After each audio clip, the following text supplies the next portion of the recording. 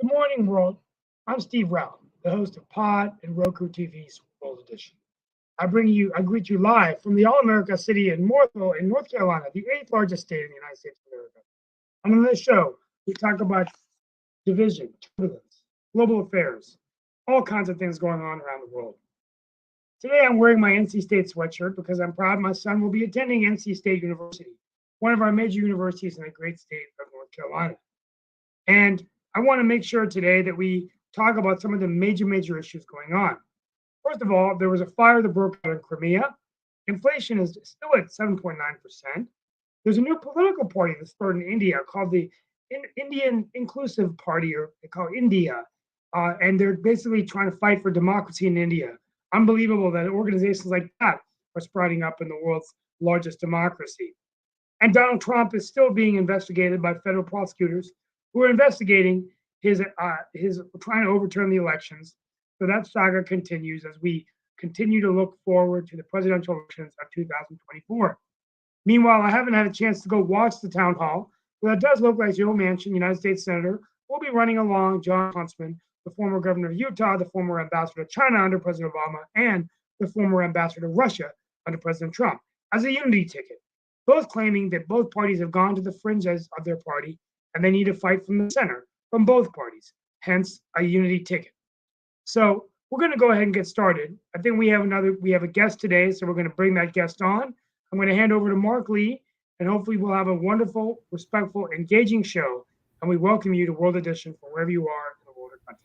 Well, yes, we've got a guest on. Glad to have the guests on as well. They have been a guest here before, and I'd love to hear their thoughts about something that is going on. And of course, we've got Shaquille from down under, but many of us know Debbie Peterson from over there in California. I've been sending her invites over the course of several weeks and everything, but of course, she's very busy there in California and all along those lines.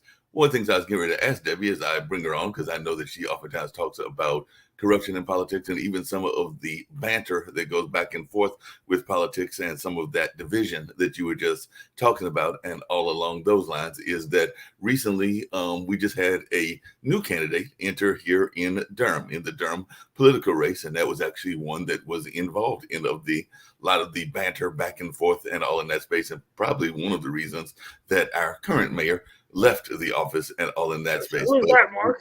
Deidreana Freeman is running for mayor. So she was, as you will remember, was one of those that was involved in a lot of that back and forth spats and things that were going on. And like I said, a lot of people feel that those arguments were part of the reason, including some things that were going on in their family, like getting a new husband, that our current mayor left office. But there was a lot of political division, a lot of arguing, even in the city council chambers and all along. Don't you think Mike Woodard is still the front runner? Because I mean, well, Mike Woodard is definitely the front runner. He's a state legislator and all in that space. But Deidreana Freeman is probably a stronger candidate than the other two fringe candidates and everything, just because of some of her own connections. And she just has some connections to Duke as well. But Debbie, just one of the things I was going to ask you, and like I said, I was glad to get you back on because I know you've talked a lot about what goes on in your politics and there in California. But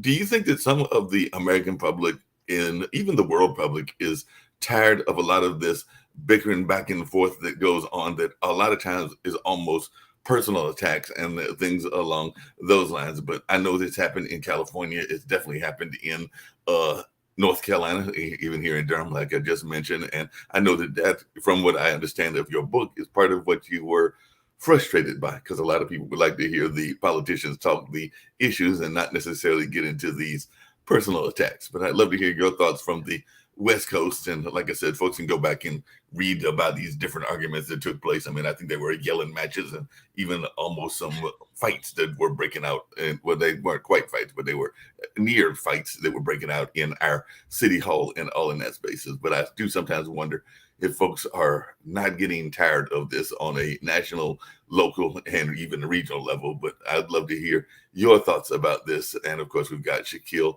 and also Lee Newton Rhodes. But what is your thoughts about this? Because like as I said, you've been on before, and I think that that's part of why you are maybe not as involved. I mean, you're still involved, but maybe not as involved on the front lines, for lack of a better term, and everything. But I'm rambling. But what are your thoughts? Do you think folks are tired of that notion of the infighting that is personal, for lack of a better term? Well, thank you, Mark. It's really wonderful to be here. I see you and Steve. And I will tell you, I was at a homeowners association board meeting last night in Hawaii. And so it's actually 4 a.m. for me here. But I got on at this time because I've missed so many of your broadcasts, and I really did want to join you. And I can tell you, homeowners associations can be even more volatile, even more vile than city councils, and our quasi-government agencies also. So I'm still in the thick of it from that point of view. And I'm going to read up on Durham. That sounds quite entertaining, interesting, probably disgusting in some levels as well. And really the reason I'm not so involved now, I did get burnt out on it. It's hard work. But the other thing is I've been at it for 20 years now, and my original plan had been to volunteer for 12 years and then move on. And I think that really was the intention when our Constitution was set up, that people would take time out to serve their communities in the same way that we serve our communities when there's a war, when we join the armed services, that we would serve our communities from a more legislative or administrative point of view as well. And it would be service. It wouldn't be for money. And it would be for a period of time. And then we would go back to whatever our careers were. We would go back to our homes. And George Washington, of course, was the perfect model for that. And so I do agree with you and about how destructive the infighting is, and that folks are tired of it. And I hear that a lot. And I said it myself last night. We're neighbors. Why can't we just get along? And I hear that from people all the time. And the reason that it's so destructive, for one point, is that we should be electing people who are following the model of serving for the purpose of service, serving others. And if they're serving themselves, if they're infighting, if they're calling names, if they're not dealing with the issues, then they are not serving others. And they've lost track, if they ever had track on it. So we really want to elect people who are serving others, not serving themselves.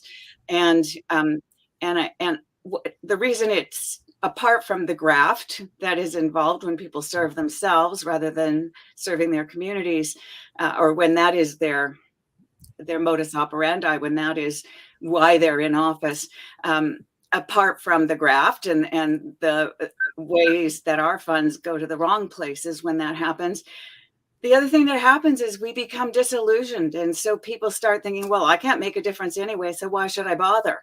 And then we have fewer and fewer people involved in government, particularly in local government. And when that happens, then it's even easier for there to be graft and for our money to go where it shouldn't go. And I'm not just talking about politics or political viewpoints about what we do with the taxes we pay, but I'm talking about it going into the wrong pockets altogether, getting out of our public coffers and into private pockets. So it's incredibly destructive when that happens, and it would be so much more helpful if those who we elect to represent us were focusing on the issues rather than infighting, because it's really difficult. Unless you're very, very close, it's very, very difficult to determine what's the right side of the argument and who's telling the truth. That's a difficult call. Yeah, no doubt about that. I was going to bring in Shaquille, also bring in Lee Newton Rhodes, who's already here. And actually, we do have one other, Toby, as well, and everything. But one of the things I was going to ask, and all along those lines, is that, and I'd love to hear Lee's thoughts about this. And she told me to have some thoughts as well, because we've been talking about what Deidreana running and the bickering that has been going on in Durham and all along those lines. But sometimes people are concerned about what you just kind of alluded to, the ties to the special interest, because I know even here in Durham, and I'm just using Durham as an example, a microcosm of what goes on in the nation and the world, there were concerns about people having ties to developers when they are running for office, and maybe they are more tied and have more interest in the developers side of things, the ones that are giving them the money. And sometimes there's also the special interest, whether that's the drug companies or a number of other companies, education companies, and other things in that space. But Deb, you've been in the space, and Lee, you're running for president. What is your thoughts about this? Because do we have too many people that, for lack of a better term, have their hands in the pockets of the politicians? And I don't care whether you're a Democrat or a Republican, they just seem to have their hands in your pockets and are oftentimes influencing the decisions, maybe in a way that is too stringent, if I can use that word, and everything. Well, corruption is neither Democrat, Republican, Independent, American, Independent, Green. Corruption is corruption. Right. It knows no party. And as you said, we get it all over the place, and it doesn't know sex either, although generally, statistically, we find that women are less corrupt when they're on boards. That isn't always the case. And so we have to choose wisely. One of the things that comes up in best political practices, really, there should be no ties to development, no nepotism, none of those things, because even the appearance of corruption does that thing, which is to make us jaded, to make the public jaded, and to cause us to step away because we feel like there's nothing we can do anyway. And of course, when that happens, then we are hearing from less of the public. There's less representation. There's more opportunity for the opportunists who are serving themselves. And so I am one of those who would say, let's get all the money out of politics. Even disclosure. You can disclose, but that doesn't necessarily, okay, so you didn't do anything illegal because you disclosed. Hard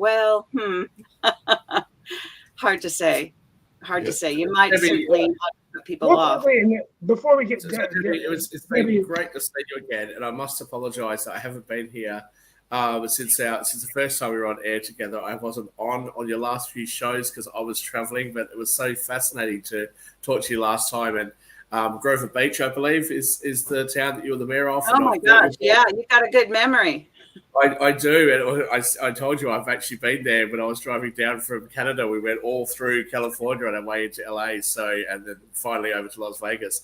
But I do want to just point out a couple of things that I think happens in politics, which it does get really frustrating because, look, I'm somebody who, I don't put my titles up very often. I'm the president of one of the chambers of commerce in the world that deals with multiple countries. And I meet politicians all over the world, and so many of them are like you. They care.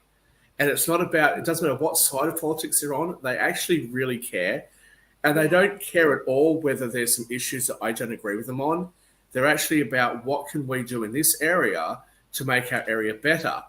But unfortunately, it seems as though the higher up you get, the more disconnected they are from what really matters. And it ends up becoming, well, yep, I see what you're saying and I see why that's important, but I have XYZ lobby group telling me that if I don't do this, it's going to hurt the XYZers. And I've really got to look after them. And it ends up becoming this political minefield.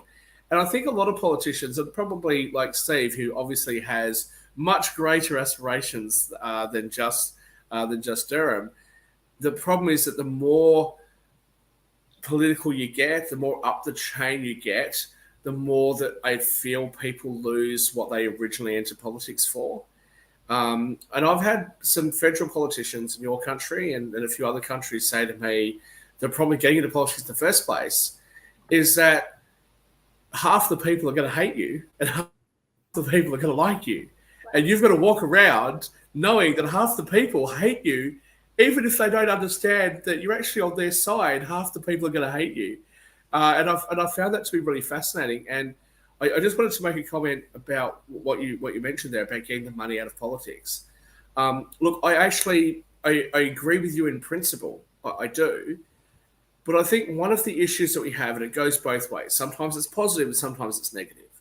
Some of the issues that we have is that politicians are mostly made up and legislative bodies are mostly made up of lawyers. So the lawyers get together and they tell the doctors what to do. So the doctors need to have some representation, so they form a lobby group. In your country, it's the AMA. The teachers have a particular issue that's common to all of them, so they create the teachers' union. And I can just keep going on down the path. And it's not just on the left of politics, on the right of politics. The bankers get together and they have like a bankers association and all those sorts of things. So what you end up with is politicians who are receiving money and are receiving endorsements from these groups.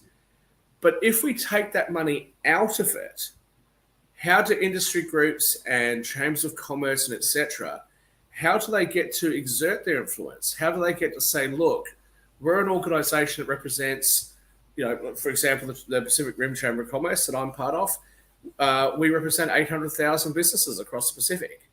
Most of those businesses are small family-owned businesses. How do we represent them if we can't put money into politics?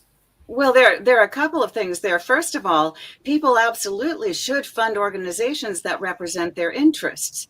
I have no problem with that. It's a question of, do those organizations then fund the politicians? Because, and I've been writing a regular blog for Psychology Today, and I'm absolutely not qualified to write about psychology, but I am qualified to study it and write about the studies. And I'm tasked with writing about women, corruption, happiness, and women and government. And so, but one of the things that has been found is that we have this innate thing in us of reciprocity. And if someone gives something to us, it is almost instinctive that we want to give back. And that operates with politicians. It's very hard not to want to give back. And, not to mention the fact that you are now more aware of someone because they've given you a sum of money. And so you can either limit the sum of money or that is donated, or you can, take it out altogether, or you can make it public funding where everybody has a certain amount that they can throw where they wish to throw it. Throw is the wrong word probably, but they can place where they wish to place it. So it depends on whether money is being, yes, put it in organizations, but not. Let me get the. I forget the young lady's Steve name, wanted to jump in. Nancy Pelosi's daughter. Nancy Pelosi's daughter did a documentary fairly recently, before Trump. Did a documentary, I think it was in the 2016 election. She spoke to Republicans and Democrats, and she went around and spoke to the donors and the super donors, and asked them, why they were donating, that sort of stuff. And one of the donors made the comment that there wasn't enough money in politics. I was quite taken aback when I heard that. But he actually made a point that I thought was actually really relevant. He said, we spend like $30 billion a year on advertising beer. We spend $2 billion on the election. What's the most important thing? And I thought that was a really interesting point. So I think money, should it be in politics? Maybe, maybe not. But I don't think the answer to solving this is going to be a simple answer. Sorry, No, Steve. not at all. I'm going to toss it over to Steve. You're good. Yeah, I think for me, Debbie, it's great to have you back on the show. I can tell you that the longer, like for me, I'm in my fourth term on the city council, served as a deputy mayor for 4 years. In the last election, I'm a moderate Democrat. The Democrats did everything to unseat me. I'm actually the only person in the history of our city that's led the ticket in all 4 elections, the number 1 vote getter. And I take a lot of criticism by having moderates, Republicans, and independents in my base. Mm-hmm. But I really believe it's cities, and I am considering a run for a higher office in the next cycle, but either a council or state position or a congressional race. And we're waiting for the new seats. But at the end of the day, I think what's happened is that the politicians are picking party over people.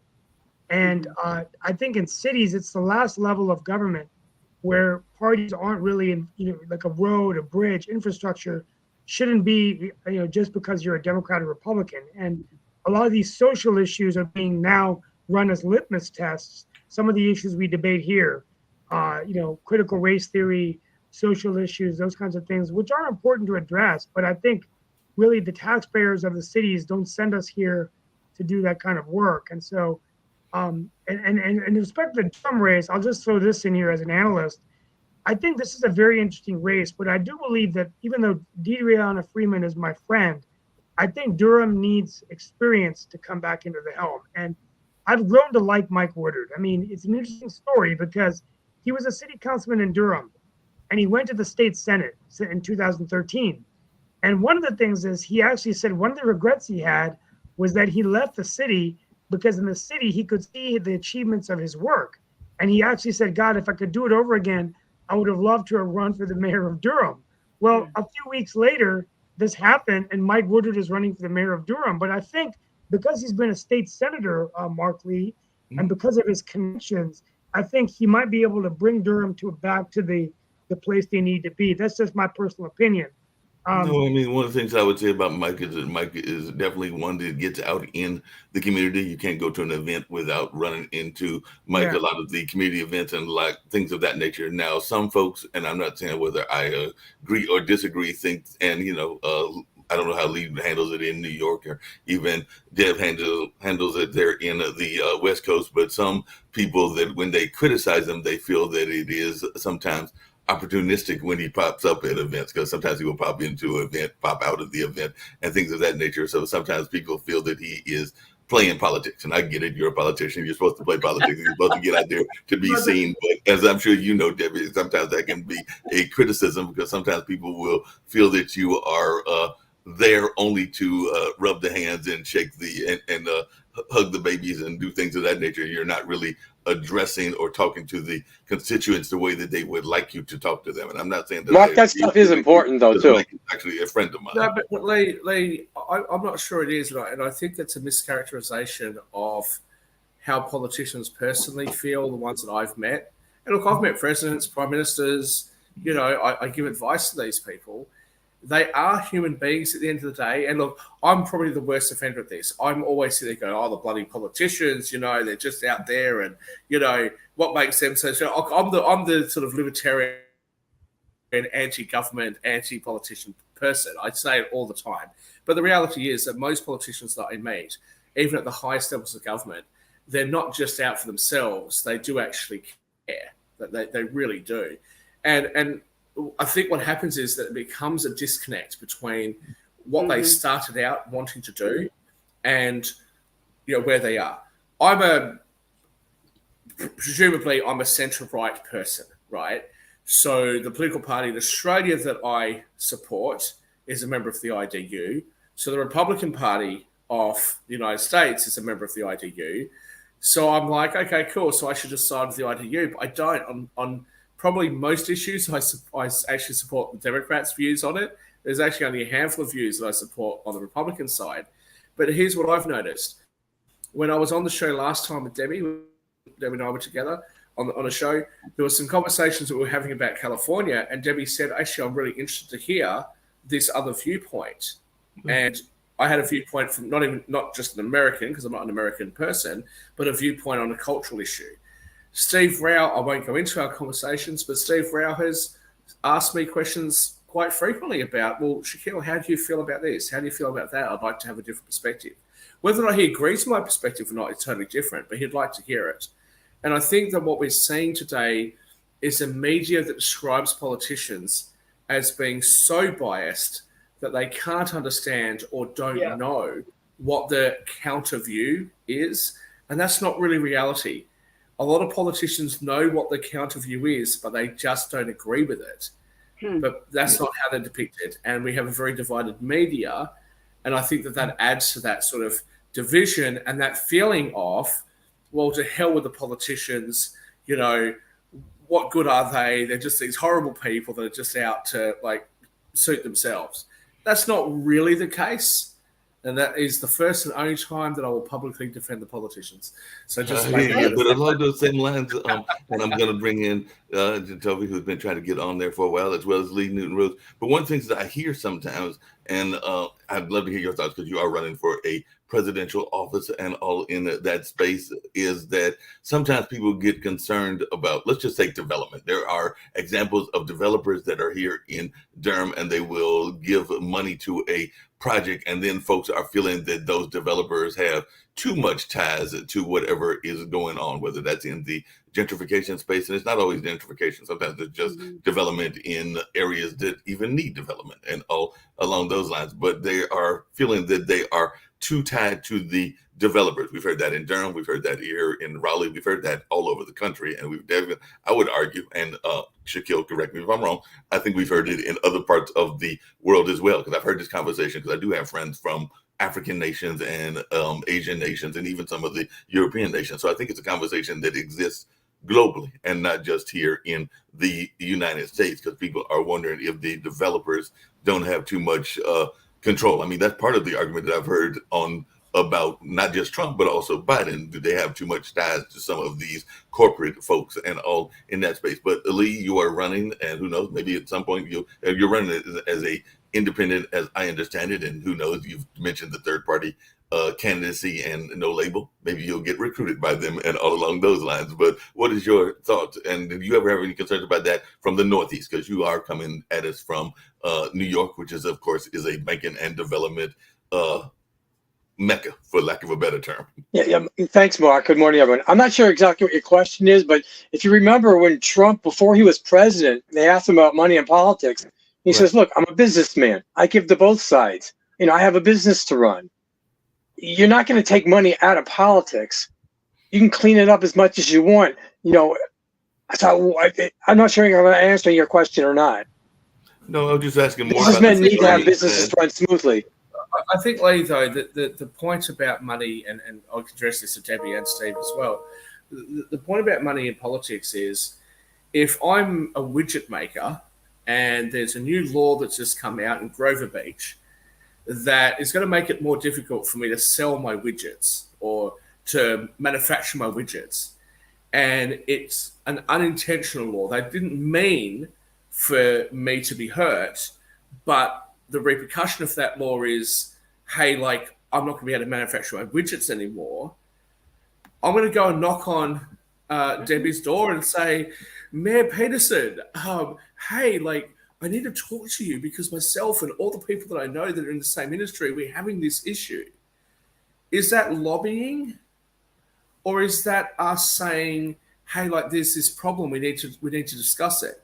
And I would expect the door to be open for me so I can discuss it. But then we move a step forward and say, okay, well, you know, Mr. Smith down the road, he is not going to support what I'm saying. He doesn't care. He's not even going to listen to what I'm saying about how me making widgets, you know, is being affected. But Mayor Peterson is. So I'm going to endorse Mayor Peterson, and I'm going to put my money behind her, and I'm going to, like, fund an advertising campaign for her because it's in my interest, and I want the public to know how badly I'm affected if candidate Smith wins. So when you say take the money out, I'm not sure it is as simple as that. But I want to put this Shaquille, but the decisions should be made based on the merits of the case, not based on how much money is changing hands. Yeah, but Lee, the fact of the matter is, I mean, here's the bottom line. Let me put this in perspective. We could talk about all these third parties and no labels and what Joe Manchin is doing. But let's just take North Carolina for an example, okay? In the next year's Senate race in 2026, they're predicting it's going to be $800 million race for Thom Tillis between the Republicans and Democrats, $800 million to reelect a United States senator, our senior United States senator, or if Roy Cooper, the governor, runs, most likely the former, at that time, will be the former governor. In 2000, we only spent $2 billion on federal elections. That number is now $16 billion. Even in North Carolina, to win a legislative seat, it takes $500,000. To be the governor of North Carolina, it takes $12 million. To be a U.S. senator, it used to take $20 million. Now it takes $200 to $300 million to be a U.S. senator. So the fact is, until we amend the Constitution and say that we cannot have money come in, that is what is controlling the politicians. It's just about how much money. I mean, to get 1 hour of ad time. Steve? But listen to me, let me finish. In the old days, back in the early 2000s, you could run ads on all the major networks for about $30,000. Now it costs $190,000 to $200,000 an hour. $200,000 an hour for TV spots. So you have to raise $300 million just to be on the TV. So No, I get all that, but if you look at running for politics, the problem you have, Steve, is that you come from such a place of privilege, right? Because you're so good looking, you're such a great, likable person, you're such a great candidate that nobody would have to spend any money to get you re-elected. That would just happen naturally. Of course they're going to have to spend so much money to fight you, my friend. How else would they have a chance? no, but I mean, I have to. It's just not fair, even for me. It's about the money. If I can't raise that money, I won't even have a chance. You know? Well, and that's the problem. The richest man wins, or the richest woman wins. The special interest win. The special Or interest the win. special interest wins. But remember, the most important thing is that every single one of us has an opportunity to voice our views and voice our opinions. And so it's not just about special interests. The special interest may have a large following. Who knows, maybe even 10% of the population, but there's 90% of us out there who maybe have different interests and all have a vote and all have the opportunity to speak with our legislators and all have the opportunity to explain the pros and cons from our point of view. And as you say, then we've elected them to make the hard decisions, the ones that are most beneficial to the most of us. And there are ways. I agree that it takes money to put a message out, and that the message should be out there, and that we should spend money getting out there. It's a question of balancing that money so that there's equal opportunity. There are ways to do that, and that I think takes some of the inequality out of it and help there be a better balance on the message and on the issue, as opposed to on who has the most money. Speaking of special interest, and I'm going to Timmy, divert. how do you do that in the context of? Let me use an example. The United States started subsidizing sugar, and they subsidized sugar and put tariffs on foreign imported sugar. The result of that was two things. One, it helped protect the sugar industry in the United States. But the other result was it made sugar more expensive for the consumer. And I think from memory, because it's something happened in the 70s or 80s, so this is something that I learned studying economics. So my figures might be a little bit wrong here, but it was a difference of something like 9 cents a pound. The everyday person was hurt by this, but 9 cents a pound in sugar is not enough to make the everyday person go to government, go to their local representative and say, hey, what's going on? Why am I paying 9 cents a pound more for sugar? Because it's not really that great an effect on their lives.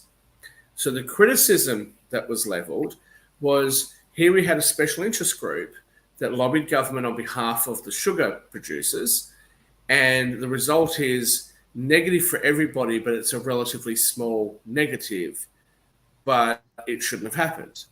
But the counter side of that is, if you get rid of special interest groups, to go back to my example of the widget maker, how does the widget maker link up with other widget makers and say, we need to approach government as a group and let them know that they've done something or they're passing something that's going to hurt us?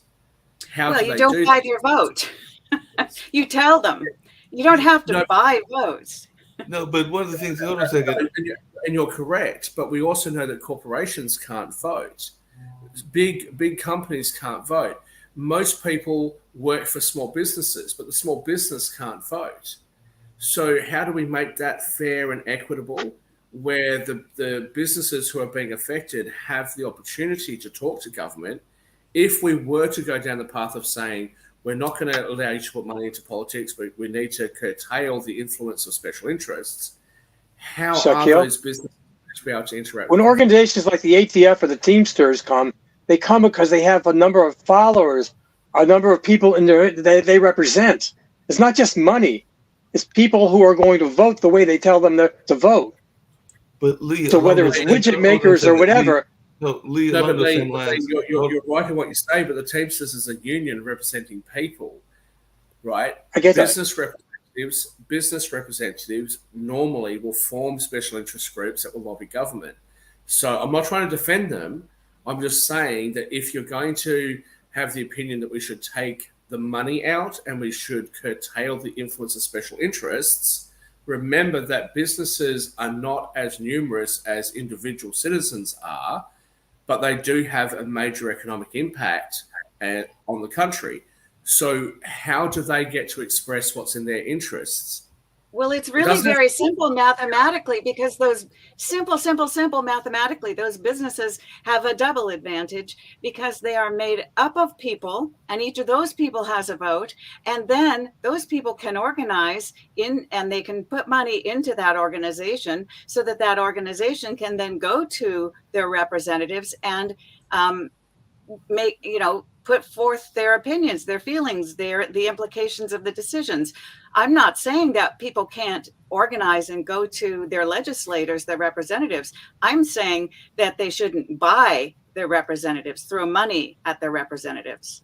But Deb, just really quick, hold on a second. Deb, one of the quick questions, because I'm actually going to toss it to Sasha real quick and everything. Because one of the things that happens that, in my opinion, I don't know that everybody on this panel is going to agree or not, is that a lot of times some of the special interests are doing things and people are caring about the day-to-day impact. They're not really caring about where it's coming from. I'm going to use the example of Ukraine and Russia. We know that right now Russia has pulled out of the grain deal, which means that a lot of people are concerned in the political lane that we are going to turn to China, which also has a significant amount of grain and all in that kind of way and all along those lines. But I don't know that the average citizen, and Debbie and Lee Newton Rhodes and even Steve, you can correct me, and Shaquille and Sasha, really cares where the grain is coming from. They just want to know whether they're going to get the food item on the plate in order to get the substance, and they don't really necessarily care that it's coming from either China or Russia. We might be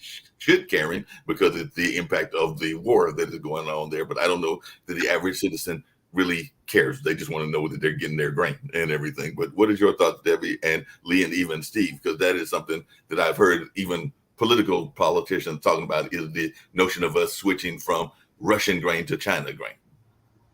Well, those are first world problems. If you're in the first world, you can afford to care where it comes from. If you're in the Ukraine and you're being bombed and your home is gone, you can't afford to care where it comes from. You have to eat. Right. And I don't think there's much more I need to say about that. Yeah, I agree and everything. Sasha, there is truth to it. I'm not disagreeing with Debbie, but in America, for example, in the free world, people do vote with their feet and with their purses. Yeah. We see Bud Light now. People want beer, but that's not the beer they want. And the same thing, it could be Ukrainian beer or Israeli beer or Australian beer or whatever. People do vote with their purse. Mm-hmm. Well, on just two things. One, Americans voting with their feet and buying Foster's beer. We don't drink that crap in Australia, so can you guys please knock it off? Don't encourage them, please. You can't give it away. But secondly, when it comes to voting with our feet, look, it's great to say that, but then. So one of the things that I've talked about before is about unions, for example, right? Where unions have rightfully so fought for workers' rights, better conditions, better pay. Mm-hmm. However, those better conditions of pay have created a situation where businesses locally onshore in our countries, Australia, America, Canada, right? Those countries have got these conditions that are so expensive that they can't compete with cheaper imports from other countries where they may be employing people in ways that are not acceptable to us. It might be child labor, there may not be very good ventilation, etc. So then those people, they form a group and they say, look, I'm manufacturing this thing and we're being undercut by international, companies. we want you to protect us. We want there to be a special tariff, or we want there to be whatever. The steel industry went through this in the United States in the 80s. Both sides actually have a reasonable point. The consumer has a reasonable point that why should I have to pay more for something that can be brought in from overseas much cheaper? But the business owners there also have a point of, look, if you want me to look after the workers, I'm happy to do that. But now I'm being undercut by competitors that you're allowing in because we have free trade. So, like, what's the proper answer here? What's the solution? Shaquille, it's not just people that are undercutting. And I'd love to hear Debbie's talked about this because she was mayor of a town that was near Los Angeles. But as I understand it, and I do have friends in that space as well, part of the concerns that the folks in the entertainment world have with the whole strike is the notion of other forces, AI and other things taking over in all of that space, because part of their concern is that they will be replaced by technology and all of that. And it's not just in the entertainment world. I think that this is just a example of what will be coming in other union fights and everything, because there are a number of things, even the restaurant industry is concerned and everything. But what is your take, Debbie, as one that live in that area? Can I just interject something along the same lines what you're talking about, but just to finish what I was saying? Mark, a lot of people, like Tucker Carlson talks about this, the displacement of workers. That's the same thing that I'm saying. But if you're going to talk about displacement of workers, you also have to talk about how do businesses express that this is a problem that they're experiencing. Let's have a look at penicillin, something I've talked about a lot over the years, especially since COVID. There are 4 penicillin manufacturers in the world. 4. A very, very small one in Austria that doesn't even create enough for Austria, and the other 3 are in China. Forget about the politics of it. If there's an earthquake or a hurricane or like some other kind of event, what happens? And we already know what happens. We end up with a massive spike in penicillin prices across the world. Now, we here in the West have massive stockpiles of penicillin, but the poorest nations on earth don't. Right. So someone explain to me, why is there not a penicillin factory in California or New York or Florida? Why is there not one in Canada or Australia or New Zealand or the UK? Why are we allowing these jobs to be taken from us? It doesn't cost much on a per capita basis to have these factories. We're losing our manufacturing, we're losing our strength, and it's not just a complaint that should come from the workers, it's also a complaint that comes from business.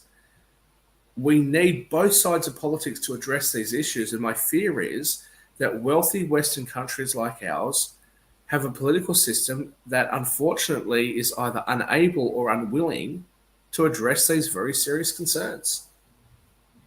Over to you, Debbie. Yeah, Debbie. Well, I completely agree with you. And I do think that one of the jobs of government is to think more universally than simply our country. This saying that all ships rise with the tide is true. And we saw that in COVID. A pandemic is universal, and the need for penicillin is universal. And if we have infections spreading in India, they will spread in the United States. And so it's actually a simple survival that even the wealthiest nations must look after those that are not as wealthy. And those are issues that we must deal with. And it means that we must work with business. And it comes back again as Rouse said, that we have to look at as Steve said, we have to look at all of the issues. And I don't think we can box ourselves in and say we don't do business, we are government, or we have to be open-minded and we have to look at all of it. And I'm with you 100% on that. And I lost track. We were talking about another topic before you jumped in that I wanted to say something on. Oh, we're talking about the strike, the Hollywood strike. Oh, the strike in Hollywood. Yes. That's an interesting one, because I think often we think Hollywood, we think glamour, but we forget that there are a whole lot of people and businesses that are completely around in industry. And it's not just the wealthy that are affected. Screenwriters usually work on commission. They work on a screenplay, they work on a project, and every time you make a film, it is one single project. It's one business, but it's short term, and then you move on to the next one. And so it's a huge risk, even on the part of the very wealthy who are funding the films that make all that money, that support all these people and hire thousands, tens of thousands of people to be made. And so it's a huge industry. And what's happening is we're seeing a shakeout as the industry changes. We have, all of a sudden, we have Netflix, we have Apple, we have Google, we have all these players coming in and producing films and producing screenplay in a completely different way than it's ever been done before. It's not just big movies. Now it's series that you see on television and that you can stream on the internet. And all of a sudden, the way the money comes in is very different.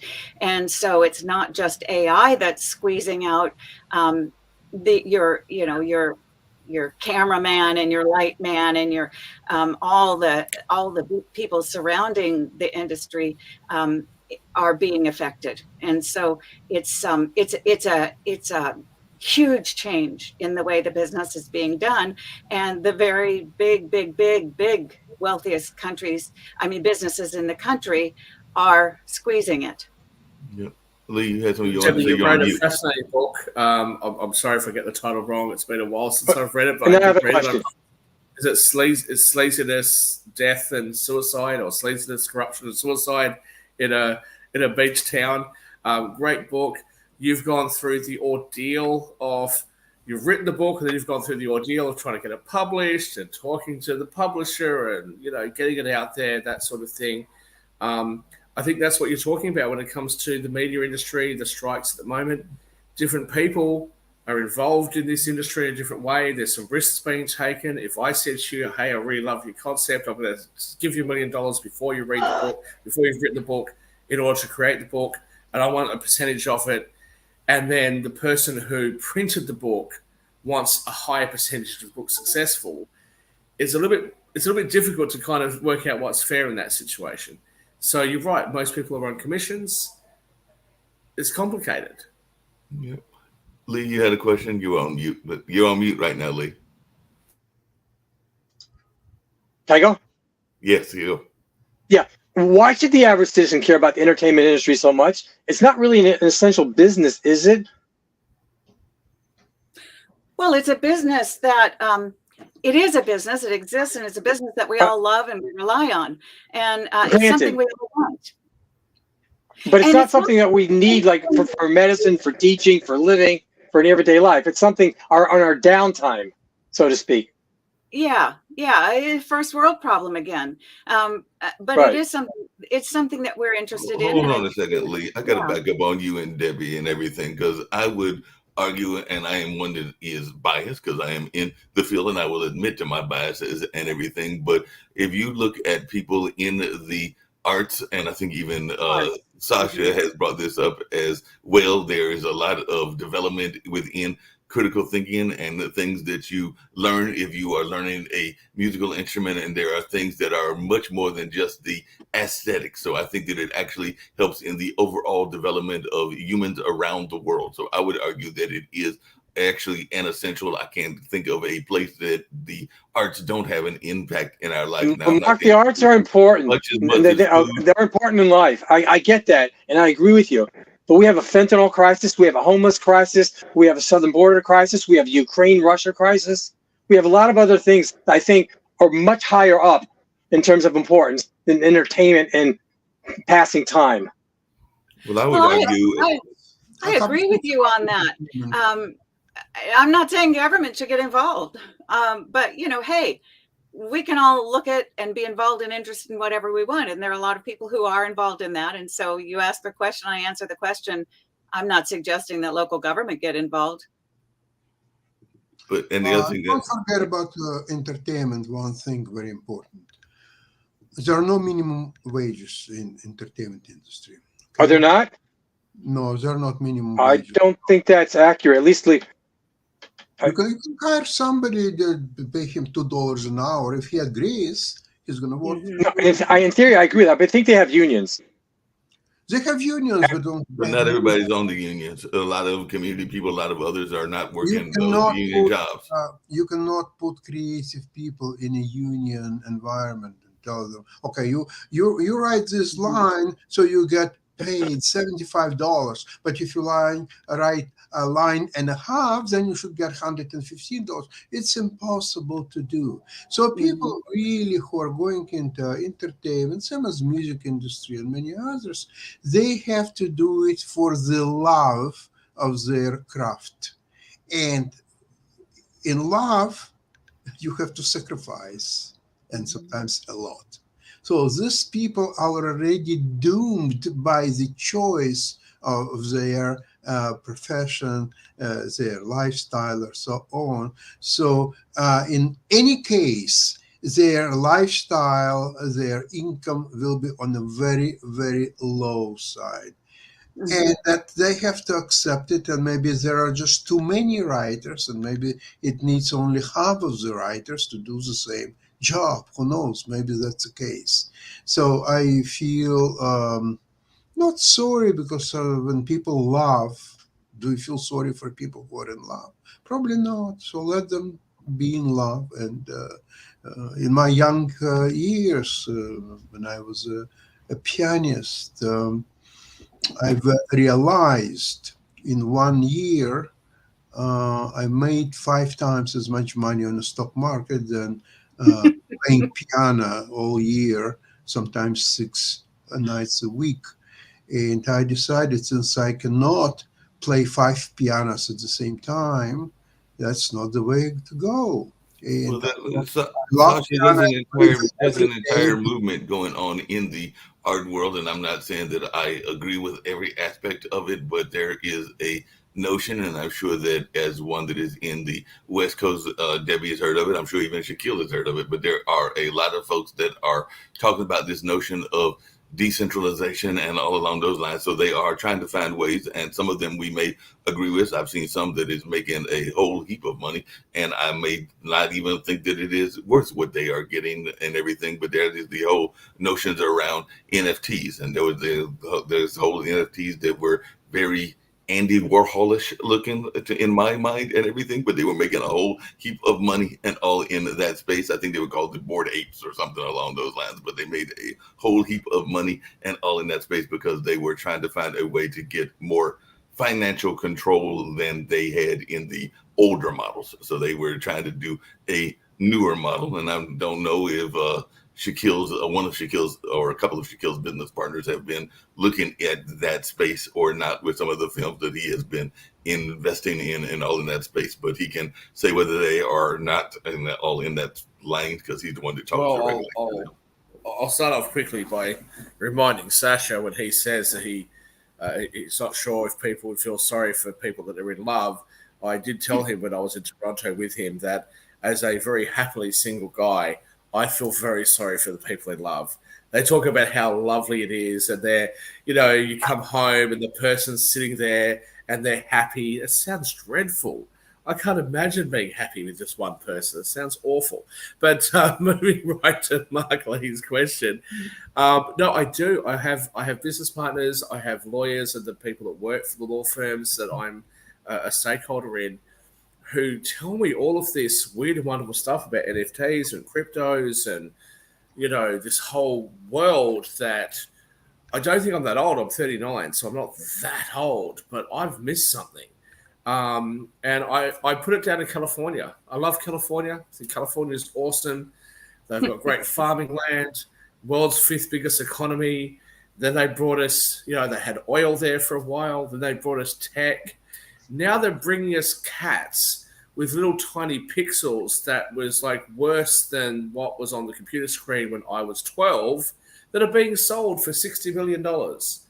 And the worst thing is I can't criticize him because, hey, if you can get $60 million for it, you go, buddy. But I just don't get it. I don't understand it. They're like, yes, but nobody else could possibly get that cat because you've got that cat pixel thing. It's got its own address and it's its own thing. So if anyone else uses your cat, they can't. I'm like, yeah, but the cat looks like shit. What am I going to do with this cat? So I don't understand it. I don't get it. I probably Selfish again. will, but something there is happening. I will I help told you you. I didn't get the board Have ape. you ever heard about? Please do so, John. Have you ever heard about money laundering? So if you No, If you so- have- Yeah. so we were talking about California. We're not talking about the art deals in France. That's a whole different situation. No,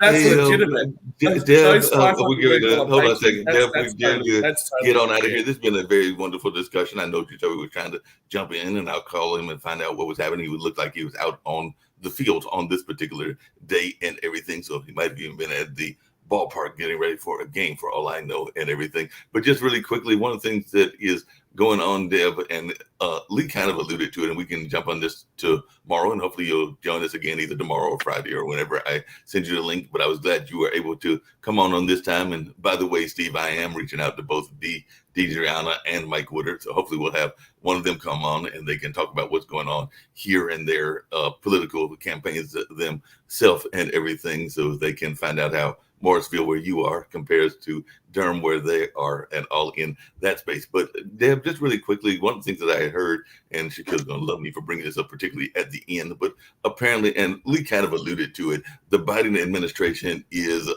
going after DeSantis, who is the second runner, because of the so-called cultural war fights, and they are saying that it is a quote-unquote contrived political stunt. I would say that it might be a political stunt on both sides, but that's just my opinion and everything. But what is your thoughts about these political wars and these political conversations? Are they driving us away from the real issues that we need to be talking about, Deb? What is your thoughts about that? And then I'll toss it to Steve for the closeout. Of course they are. They're diversions. And let's talk about the issues. And I steer away from politics talking about anybody, because I think the message that we all need to be involved is more important than the parties.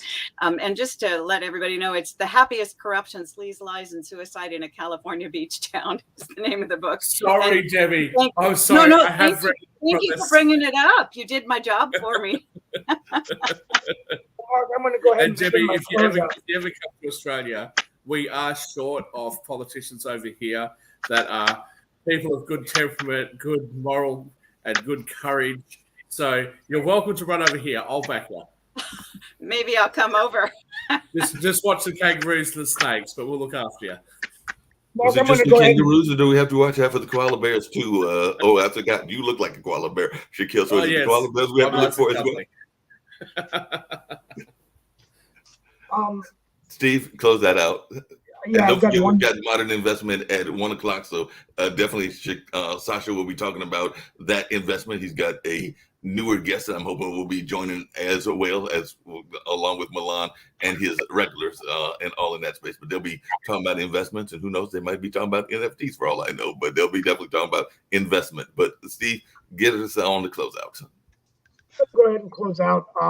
Basically, a couple of days ago, Fareed Zakaria had a wonderful documentary on immigration, and we're going to talk about that later in the week, next week, maybe bring in a guest, talk about illegal immigration, and why it's so hard for the U.S. to have a streamlined immigration system, while many countries like Canada and Germany and Europe are looking at merit-based immigration, and much of the global talent is leaving the U.S. to other parts of the world. This is going to affect our economic growth, and many people do believe a brain drain is already going to start occurring in the United States. With that being said, I just want to give a shout out for Major League Cricket. I'll be doing a monologue tomorrow, but it's hard to believe that a park that we opened up in 2015 in Morrisville in Wake County, the Research Triangle, is now going to be home to some of the best cricket players in the world. The Major League Cricket is actually taking a lot of investments from the Indian cricket leagues, and many of the top players in the world are now feeding into this Major League Cricket. The first inaugural season here of the Major League Cricket Championships in Texas, in Dallas, and now in Morrisville, North Carolina. Let's also keep in mind that the first game in cricket in the U.S. was played in 1844, and it was between the U.S. and Canada. And now there's a rebirth or an awakening of cricket, because many immigrant communities, many from India and South Asia, are bringing this game back into the local community, particularly in the more urban areas of the country. Quite amazing, quite exciting. All tickets are sold out. You can go to MajorLeagueCricket.com, and I'm going to invite my Roku and Pod TV folks to come to get some media passes. I'm working on that, but we'll talk about that. And I do think it is a reflection of good things that happen when people from around the world bring their cultures and passions and their cuisines and their sports, favorite sports, to the United States of America. We can really transform our community. So on that note, I want to thank you all for being with us. We'll be back tomorrow for another edition of Pod and Roku TV's edition. Be safe wherever you are in the world. Have a great summer, and we'll talk to you soon.